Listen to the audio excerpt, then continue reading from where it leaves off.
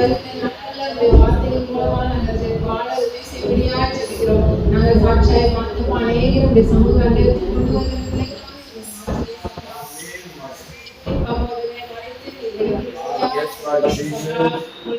கேட்க மன்னா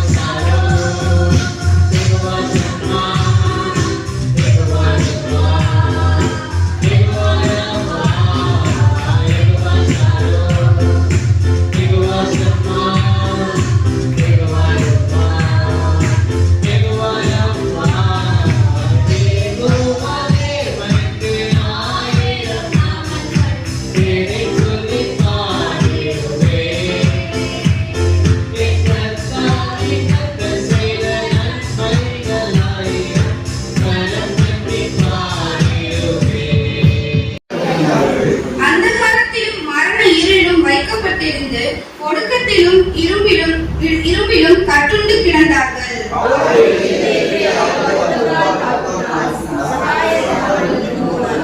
தங்கள் ஆபத்திலே கர்த்தரை நோக்கி கூப்பிட்டார்கள். அவர்கள் இக்கட்டுகளில் இருந்து அவர்களை நீக்கலாக்கி ரட்சித்தார்.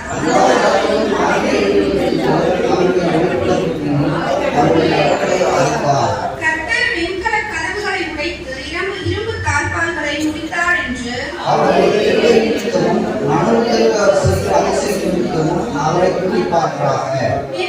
தங்கள் பாதக மார்க்கத்தாலும் தங்கள் அக்கிரமங்களாலும் நோய் கொண்டு ஒடுங்கி போகிறார்கள்.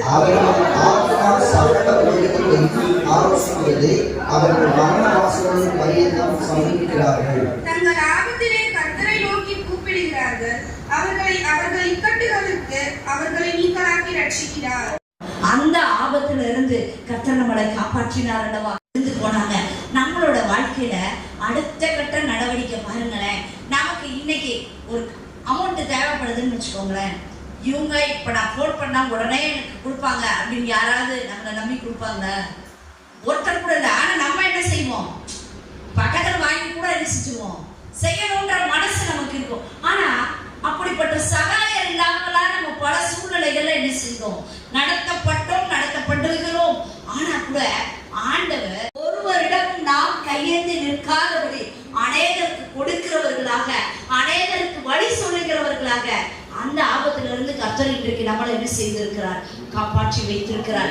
அந்த உதவி வரும் கண்மலையை ஆண்டவரை நோக்கி பார்த்து, ஆண்டவரே என் வாழ்க்கையில நான் ஒடுக்கப்பட்டு நெருக்கப்பட்டு சகாயம் இல்லாம ஆண்டவரே பர்வதமாக ஆண்டவரே நீங்க இருக்கீங்கல்ல, அந்த ஆபத்துல இருந்து, அந்த நெருக்கத்துல இருந்து, அந்த இக்கட்டுல இருந்து என்னை காப்பாற்றினீங்கல்ல, அதுக்காக உமக்கு ஸ்தோத்திரம். அதற்காக ஆண்டவருக்கு நன்றி சொல்லணும். அடுத்து அவர் சொல்லுகிறார் 19வது வசனத்திலேயே திரும்ப சொல்றாரு, தங்கள் ஆபத்திலே. அதுக்கு முன்னாடி அங்க என்ன நடக்குது அப்படின்னு சொல்ற நன்மைகள், இந்த எல்லா நன்மையுமே கர்த்தர் நம்முடைய வாழ்க்கையில் என்ன செய்திருக்கிறார்? தந்திருக்கிறார். நல்ல குடியிருக்க வீடை தந்திருக்கிறாரு. நல்ல வேலை செய்வதற்கு நல்ல ஒரு வேலையை தந்திருக்கிறார். படிக்கிற பிள்ளைகளுக்கு நல்ல பள்ளிக்கூடங்களை, நல்ல ஆசிரியர்களை, படிக்கிறதுக்கு உதவி செய்யக்கூடிய பெற்றோர் ஆண்டவர் நமக்கு என்ன செய்திருக்கிறார், தந்திருக்கிறார். இதற்கெல்லாம் கர்த்தருக்கு நம்ம என்ன செய்யணும், நன்றி சொல்லணும். அப்படி நீங்க நன்றி சொன்னீங்கன்னா நீங்க யார் தெரியுமா? வசனம் சொல்லுது, எவன் அப்படி கர்த்தரை துதிக்கிறாங்களோ, இந்த இக்கட்டில இருந்தெல்லாம் ஆண்டவரே இந்த மேன்மையெல்லாம் தந்து என்ன நீங்க ஆசீர்வதிச்சீங்கன்னு இப்ப யாரெல்லாம் நீங்க துதிக்கிறீங்களோ நீங்க எல்லாம் வைஸ் பர்சன், ரொம்ப ஞானம் உள்ளவர்கள், நான் ஞானவானா இருக்கணும் அப்படின்னு நீங்க நினைச்சீங்கன்னா இப்ப கர்த்தரை என்ன செய்யணும், துதிக்கணும். நீங்க இப்ப கர்த்தரை துதிச்சீங்கன்னா ஞானவான்கள், துதிக்கலன்னா என்னன்றத எவன் ஞானம் உள்ளவனோ அவன் இவைகளை கவனிக்க கடவன். கர்த்தர் நம்முடைய வாழ்க்கையில செய்த இதெல்லாத்தையும் கவனித்து பார்த்து, சிந்தித்து பார்த்து, யோசித்து பார்த்து எத்தனை நன்மைகள், மன மகிழ்ச்சியா இருக்கல்லவா, நானா வாழ்வேனா அப்படின்னு நினைச்ச நம்மள நானும் வாழுவேன், நிறைய பேர் வாழ வைப்பேன் அப்படின்னு சொல்ற அந்த நம்பிக்கைய கர்த்தர் நமக்கு தந்திருக்கிறார் அல்லவா. இன்றைக்கு அப்படி அதெல்லாம் நினைச்சு பார்த்து, அதெல்லாம் கவனிச்சு பார்த்து நீங்க துதிச்சீங்கன்னா நீங்க தான் யாரா? எல்லாரும் சேர்ந்து சொல்லுங்க, நான் ஞானவான். நான் இப்ப கர்த்தரை துதிக்க போறேன், நான் யாரு? ஞானவான். அப்ப அவர் சொல்லுகிறாரு, ஞானவான்கள் கர்த்தருடைய கிருபையை என்ன செய்வாங்களாம், உணர்வு கொள்வார்கள். அப்ப உணர்வு இல்லாம இருந்தோம்னா நம்ம யாரு? ஞானவான்களா இருக்க முடியாது. அப்ப இப்ப நம்ம எல்லாம் ஞானவான்கள். தானியேல் புஸ்தகத்துல இருக்கு, ஞானவான்கள் எப்படி இருப்பாங்கன்னா ஆகாய மண்டலத்தில் உள்ள ஒளியை போல பிரகாசிப்பாங்களாம். அப்ப ஆண்டவர் இன்றைக்கு நம்மளை பிரகாசிக்க பண்ண அவர் உண்மையுள்ள தேவனாய் இருக்கிறார். அப்ப நம்முடைய ஆபத்துல கர்த்தர் நம்மை நடத்தி வந்த காரியங்கள் எல்லாம் நான் கவனித்து பார்த்து நம்ம கர்த்தர் செய்த நன்மைகளை நினைத்து ஞானமா துதிச்சோனா ஒளியுள்ள வாழ்க்கையை, பிரகாசமான வாழ்க்கையை கர்த்தர் தர அவர் வல்லமையுள்ள தேவன். இனிமேலும் நடத்துகிற தேவன். ஹல்லேலூயா. தாயின் கருவிலே நம்மளை, ஹல்லேலூயா. பக்கத்துல இருக்க சொல்லுங்க, நம்முடைய வாழ்க்கைய, நம்முடைய வழிய, நம்முடைய எல்லா குடும்பத்தை, ஊழியத்தை எல்லாத்தையும் ஆண்டவர்கிட்ட ஒப்புக்கொடுத்தோம்னா அவர் நம்மளை திருப்தியாய் நடத்துகிற தேவன். ஹல்லேலூயா. நம்மளை எப்படி நடத்துறார் சொல்லுங்க, என்னைய பார்த்து சொல்லாதீங்க, பக்கத்துல இருக்க கையை பிடிச்சி சொல்லுங்க, திருப்தியாய் நடத்துகிற தேவன். ஹல்லேலூயா. ஹல்லேலூயா. நம்மள திருப்தியா, திருப்தினா போதும். இப்ப சாப்பிட்டுக்கிட்டே நீங்க சாப்பிடும்போது சாப்பாடு வச்சீங்கன்னா 3 இட்லி 4 இட்லி மிஞ்சி போச்சுன்னா 5 இட்லி, அவ்வளவுதானே. 6 இட்லி வச்சா என்ன சொல்லிடுவாங்க, போதும் போதும் போதும்ன்றாங்க. அதை மாதிரி சொல்ல, அதை மாதிரி ஆண்டவர் நம்மளை போதும், ஆண்டவரே என்னை ஆசீர்வதித்தது போதும் அப்படின்னு சொல்றதுக்கு ஆண்டவர் நம்மளை என்ன செய்யறவ, இன்னும் 2 ட்ரெஸ்ஸு, இன்னும் 2 ட்ரெஸ்ஸு, இன்னும் 2 ட்ரெஸ்ஸுன்னுவோம். அல்லது கொஞ்சம் காசு பணம் அப்படின்னா அதையும் நம்ம சொல்லுவோம். 1 கார் இருந்தா 2 கார், 2 கார் இருந்தா 4 கார், இப்படி ஆளுக்கு ஒரு வண்டி இருந்தா 2 வண்டி அப்படின்னு சொல்லுவோம். ஆனா சாப்பாடு மட்டும் நம்ம அடுத்த வேலைக்கு என்ன செய்ய முடியாது. சரி 2 இட்லி சாப்பிட்டோம், நைட்டு வேலைக்கு ஒரு 4 இட்லி சேர்த்து இப்பயே சாப்பிட முடியுமா? அப்பப்ப என்ன செய்ய முடியும், நடத்த சாப்பிடணும். அதை மாதிரி ஆண்டவர் நம்மளை நித்தமும் நம்மளை நடத்துகிறவர். ஹல்லேலூயா. ஹல்லேலூயா. கரங்களை தட்டி ஆண்டவருடைய நாமத்தை மகிமைப்படுத்துவோமா? இதுவரை நடத்தி எப்பயாவது குறை இருந்துச்சா? ஹல்லேலூயா. ஹல்லேலூயா. ஹல்லேலூயா. அவர் எல்லாவற்றையும் நமக்கு போதுமானவராய் இருக்கிறது. ஹல்லேலூயா. ஹல்லேலூயா. ஒரு 5-6 விதமான காரியங்கள்ல நமக்கு ஆண்டவர் சொல்றாரு, அவர் எல்லாவற்றிலும் அவர் போதுமானவர். ஹல்லேலூயா. முதல் காரியமாய் குறித்து நம்ம பார்க்கிறோம், நம்ம தேவனுடைய கரத்துல நம்ம எப்ப அவர்கிட்ட நம்முடைய வாழ்க்கையை கொடுக்கிறோமோ அப்ப அவர் எல்லாவற்றையும் பார்த்து கொள்கிற தேவன். ஹல்லேலூயா. சொல்லுங்க, நம்ம எப்ப நம்முடைய வாழ்க்கைய, நம்மளை எப்ப ஆண்டவருடைய கரத்துல கொடுக்கிறோமோ அவர் அப்பொழுது எல்லாவற்றையும் என்ன செய்கிறவர், பார்த்து கொள்கிறவர். ஹல்லேலூயா. ஹல்லேலூயா. பாருங்க, ஆபிரகாமுக்கு ஆண்டவர் ஒரு வாக்கு பண்ணினான், உன்னை நான் என்ன செய்வேன், பெரிய ஜாதியாக்குவேன். எப்படி ஜாதியாக்குவேன்? பெரிய ஜாதியாக்குவேன். நீ இந்த பூமியில இருக்கிற சகல ஜனங்களிலும் உன்னை நான் என்ன செய்வேன், ஆசீர்வதிப்பேன், மேன்மையாய் வைப்பேன் அப்படின்னு சொல்லி எபிரேயர்கள் நிருபத்துல நீங்க 6வது அதிகாரம் 14வது வசனத்துல ஆண்டவர் சொல்றாரு, உன்னை நான் என்ன செய்வேன், ஆசீர்வதிக்கவே ஆசீர்வதித்து உன்னை பெருகவே என்ன செய்வேன், பெருக பண்ணுவேன் அப்படின்னு வாக்கு பண்ணிட்டார். ஆனா அதுக்கு எந்த ஒரு அனுகூலமான காரியங்கள் எதுவுமே இல்லை. ஆனா எப்ப அவருக்குண்டானத ஒன்னோ ரெண்டோ அவருக்குண்டான இது எப்ப ஆண்டோடைய கரத்துல கொடுத்தாரோ அப்ப எல்லாவற்றையும் அவன் பார்த்து கொண்டான். ஹல்லேலூயா, ஹல்லேலூயா. நம்மனா என்ன செய்வோம், எனக்கு இல்லை அப்படின்னு சொல்லுவோம். அவர் எல்லாவற்றையும் என்ன செஞ்சா தேவை. இப்போ நம்மகிட்ட இருக்கிறது 5000 ரூபாய் தேவை இருக்கு. அதை இப்போ நான் வந்து கேட்குறேன், உங்கள்கிட்ட 10,000 ரூபா கொடுங்க அப்படின்னு சொன்னால் நீங்கள் என்ன சொல்லுவீங்க? எனக்கே 10,000 ரூபா இன்னும் 5000 ரூபா என்ன செய்யணும், தேவைப்படுது அப்படின்னு சொல்லுவோம். கொடுக்குமா? ஆனால் ஆபிரகாம்கிட்ட ஆண்டவர் அப்படின்னு சொல்கிறாரு, உன்னுடைய ஏகசுதன் என்று பாராம நான் காண்பிக்கிற மலைக்கு போய் நீ என்ன செய்ய, அவனை பலியிடு. என்ன செய்ய பலியிடு. அப்படின்னா பலியிட்டோம்னா அதாவது இது வந்து ஆண்டவருக்கு கொடுக்கிற காரியம். கொடுத்துட்டா திருப்பி என்ன செய்யாது, வராது. அது தெரியும், ஆபிரகாமுக்கு தெரியும். ஆனா நான் கொடுத்ததை விட அதிகமாய் கொடுக்கிற தேவன் என்று சொல்லி அறிந்ததுனால அவர் சொல்றாரு, எல்லாவற்றையும் அவர் என்ன செய்வார், பார்த்துக் கொள்வார். ஹல்லேலூயா. ஆதியாகமம் புத்தகம் 22வது அதிகாரம் 14வது வசனத்தை வாசிங்க. யெகோவா ஈரே அப்படின்னா எல்லாவற்றையும் யார் பார்த்துக் கொள்வார், கர்த்தர் பார்த்துக் கொள்வார். இன்னைக்கு உங்க பிள்ளைக்கு பீஸ் கட்டணுமா, இந்த வாரத்துல உங்களுக்கு செய்ய வேண்டிய எல்லா காரியத்தையும் கர்த்தர் பார்த்துக் கொள்வார். ஹல்லேலூயா. ஒருவேளை சரீரத்துல பலவீனம் இருக்கலாம், ஒருவேளை நம்முடைய ஸ்கூல் காரியமா இருக்கலாம், நம்முடைய வாடகை காரியங்களா இருக்கலாம், எல்லாவற்றையும் தேவர் பார்த்துக் கொள்வார். ஹல்லேலூயா. பக்கத்துல கைப்பிடிச்சு சொல்லுங்க, எல்லாவற்றையும் நீங்க ஆண்டவருடைய சமூகத்துக்கு வந்துட்டீங்கல்ல, ஆண்டவர் சொல்றாரு, இன்னைக்கு அந்த மலை பர்வதம், இன்னைக்கு நம்முடைய ஆலயமே பர்வதம். ஹல்லேலூயா. தேவ சமூகத்துக்கு வந்து நம்ம ஒவ்வொருவரையும் பார்த்து சொல்றாரு, யெகோவா ஈரே. ஹல்லேலூயா. எல்லாவற்றையும், அதாவது சின்ன காரியம் அல்ல, அதாவது இந்த 1000 2000 எவ்வளவு லட்சக்கணக்கில் ஆண்டவரால் பார்க்க முடியும். ஹல்லேலூயா. நம்மகிட்ட இருக்கிற எல்லா கடன் பாரத்தையும் கர்த்தர் பார்த்து கொள்கிற தேவன். ஆனால் ஒரே ஒரு காரியம், நம்ம ஆண்டவர்கிட்ட நம்மளை அர்ப்பணித்திருக்கணும். ஹல்லேலூயா. சும்மா ஆண்டவர் வந்து கடன் நடப்பாரு, வியாதியை நீக்குவாரு, நம்மளை எதுவும் பண்ண மாட்டாரு. நம்ம என்னைக்கு முழுமையா ஆண்டவரே என்கிட்ட ஒண்ணுமே இல்லைப்பா அப்படின்னு சொல்லி என்னைக்கு சரணடைகிறோமோ பாருங்க, இந்த போலீஸ்காரங்க சில துரத்துவாங்க, திருடரை, கொலை செஞ்சவங்களை, தப்பு பண்ணவங்களை போய் பிடிக்கிறதுக்கு விரட்டுவாங்க. அப்ப அந்த தவறு செய்த மனிதன் ஓட மட்டுக்கு ஓடுவேன், தப்பிக்கிற மட்டுக்கு தப்பிச்சு பார்ப்பேன், எவ்வளவோ எப்படியோ கடந்து போறதோ பார்ப்பேன். ஆனா கடைசியில ஒன்றும் முடியலைன்னா அவன் செய்யற காரியம் என்னன்னு பார்த்தீங்கன்னா 2 கையை என்ன செஞ்சிருவேன், சொல்லுங்க, பார்த்தது இல்லையா? 2 கரத்தை என்ன செஞ்சிருவாங்க. அது வந்து அவங்க அடுத்து வந்து அந்த எதிராளியை வந்து அவன் ஷூட் பண்ண முடியாது. ஏன்னா அர்ப்பணிச்சுறான், நான் வந்து என்கிட்ட ஒண்ணுமே இல்லை, நான் வந்து என்ன செஞ்சுறேன், சரணடைந்துறேன் அப்படின்னு சொல்லி அது ஒரு ஒப்பு கொடுக்குற ஒரு காரியம். அதை மாதிரி ஆபிரகாம் சொல்றாரு, என்னால என்ன செய்யாது, ஒன்றுமே முடியாது அப்படின்னு சொல்லி. இன்னைக்கு உங்களுடைய வாழ்க்கைய, உங்களுடைய குடும்பத்தை, உங்களுடைய பிள்ளைகளை நீங்களா ஒரு காரியத்தை செய்ய நினைச்சா கண்டிப்பா என்ன செய்ய முடியாது, செய்ய முடியாது. அதை ஆண்டவருக்கு நம்ம ஒப்பு கொடுத்துட்டோம்னா அவரே எல்லாவற்றையும் பார்த்துக் கொள்கிற தேவன்.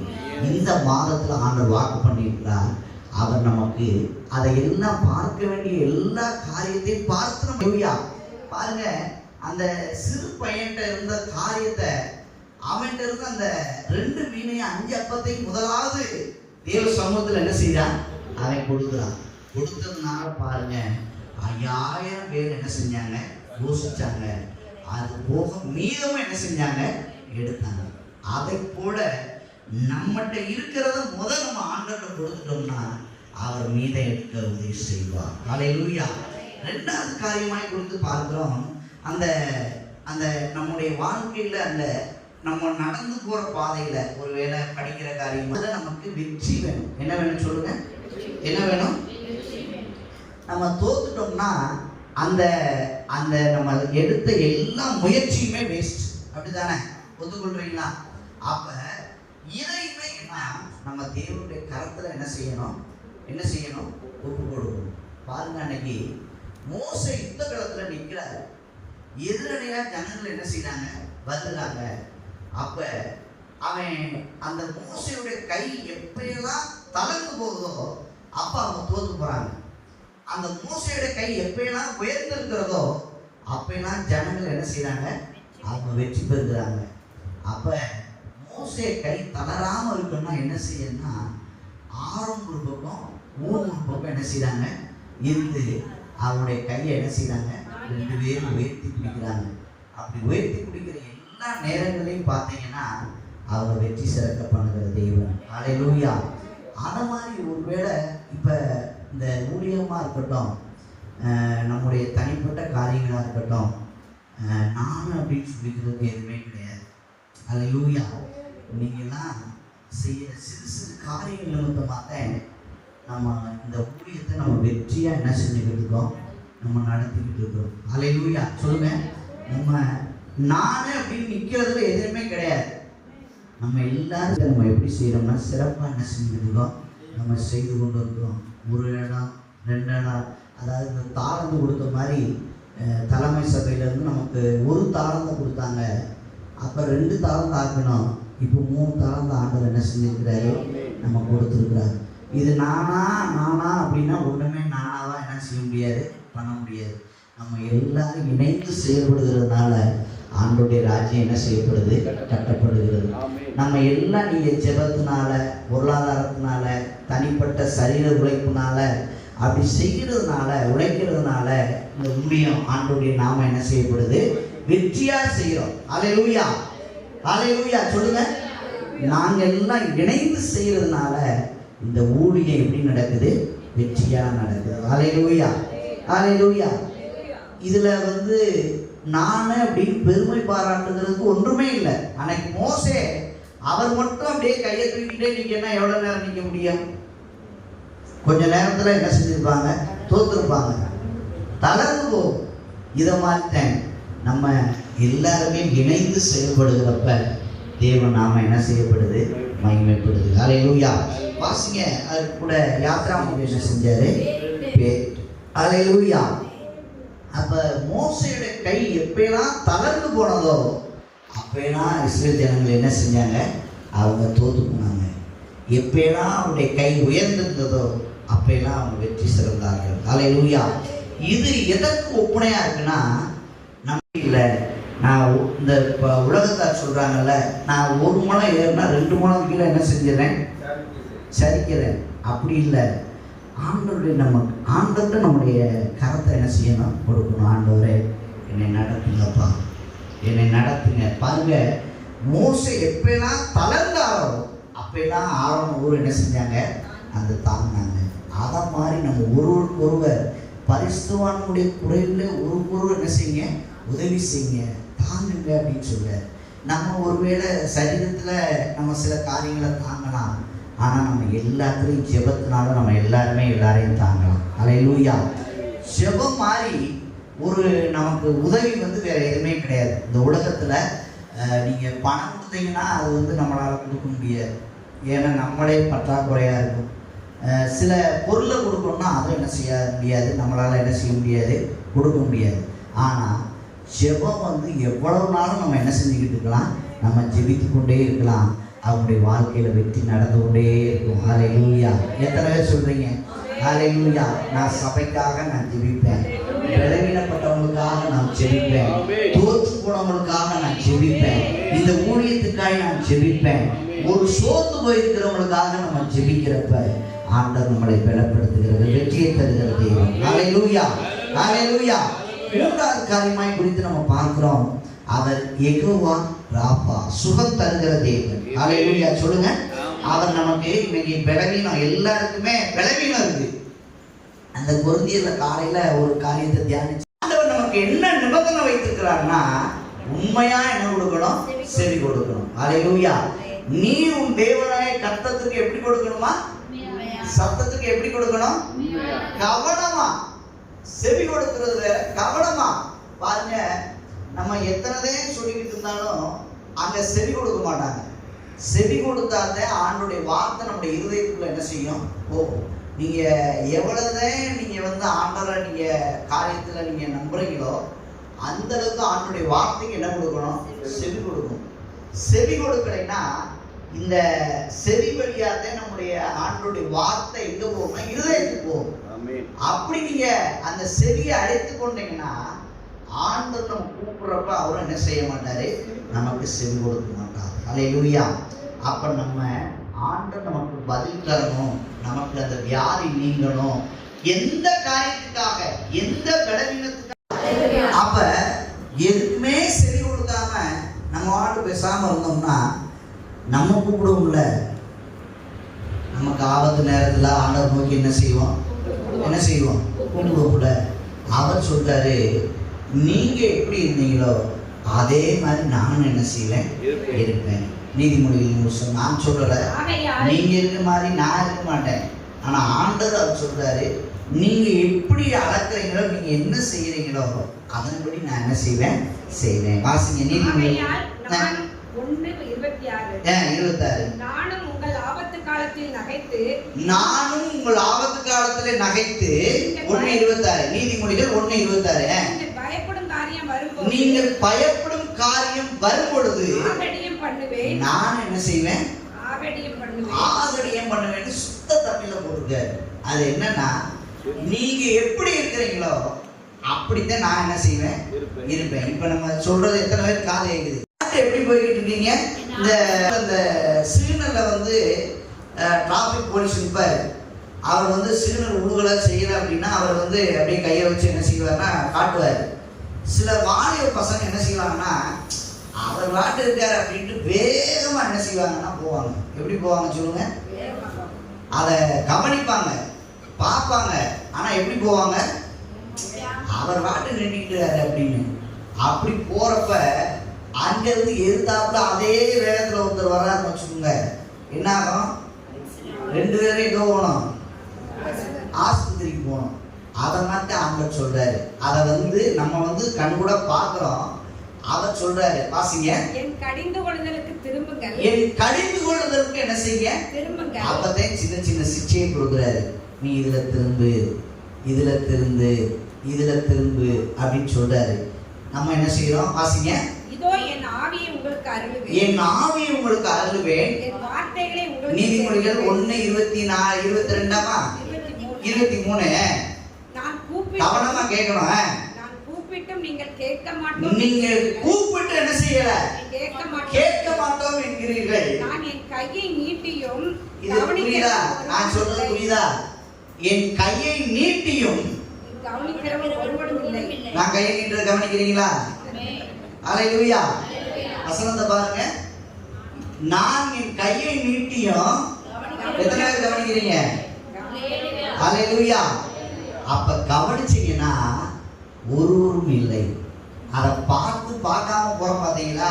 அடுத்த வசனத்தை என் ஆலோசனை எல்லாம் நீங்கள் தள்ளி என் கடிந்து கொள்ளுதலை என்ன செஞ்சீங்க? நிறுத்தீர்கள். ஆகையால் நானும் உங்கள் ஆபத்து காலத்திலே நகைத்து நீங்கள் பயப்படும் காரியம் வரும்போது நான் என்ன செய்வேன்? நான் சொல்லல, வேத வசனம் சொல்லுது. அல்லேலூயா, அல்லேலூயா. நீங்க எவ்வளவு ஆண்டவருடைய வார்த்தைக்கு உண்மையா. இப்ப போன வாரம் என்ன செய்தி அப்படின்னு கேட்டோம்னா எத்தனை பேர் சொல்லுவீங்க?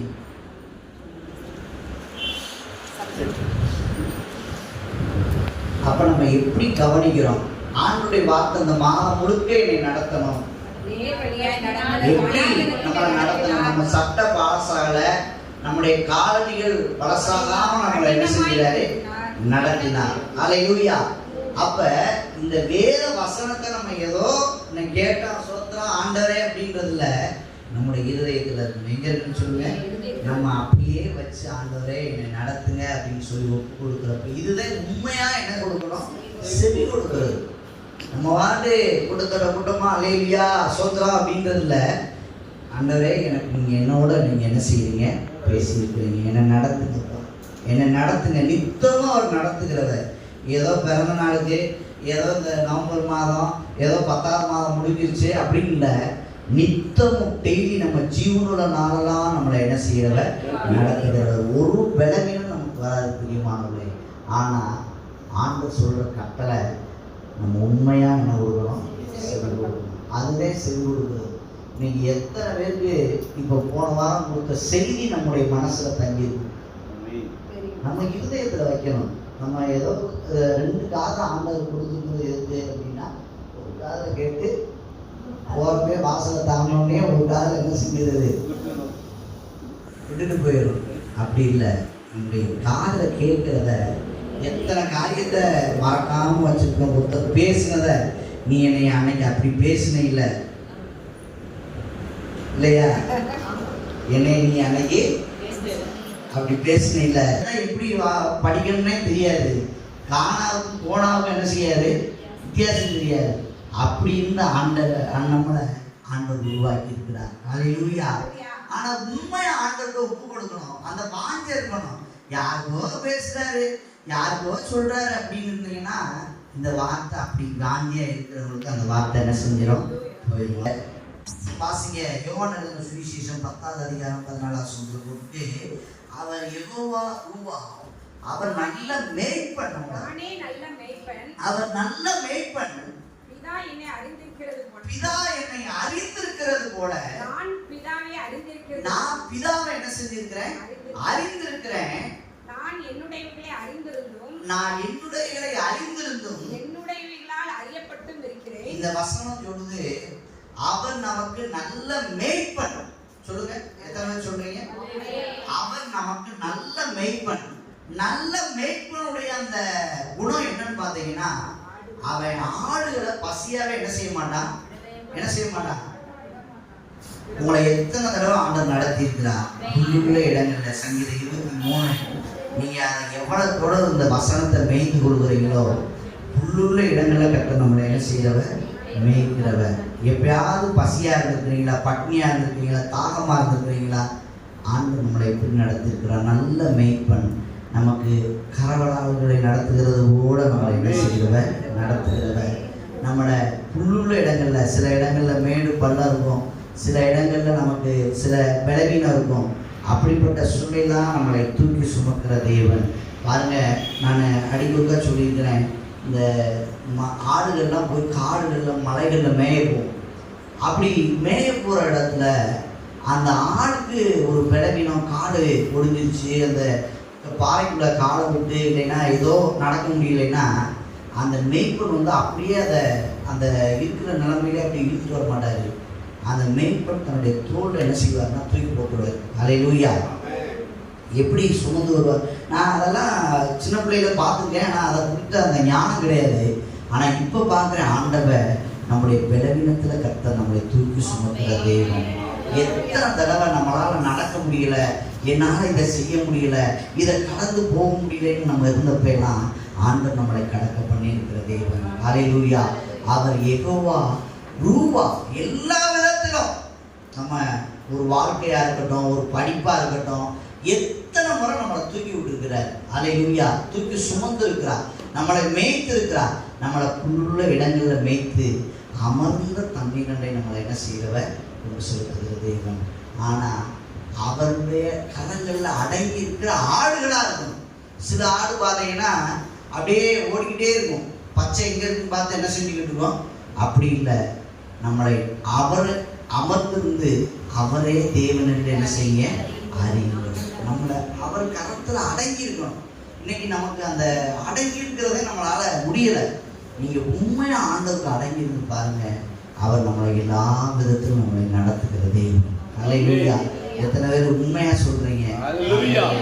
ஏன்னா இந்த பிறந்த நாள் முதல் கொண்டு ஆண்டவரே எனக்கு வயசு ஆயிடுச்சு, எல்லா நாளும் என்னை நடத்துறீங்கப்பா. ஹல்லேலூயா. என் ஜீவனுள்ள நாளெல்லாம் என்னை நடத்துறீங்கப்பா. ஹல்லேலூயா. அப்படியே தேவ சமூகத்தில் ஒப்பு கொடுப்போம்.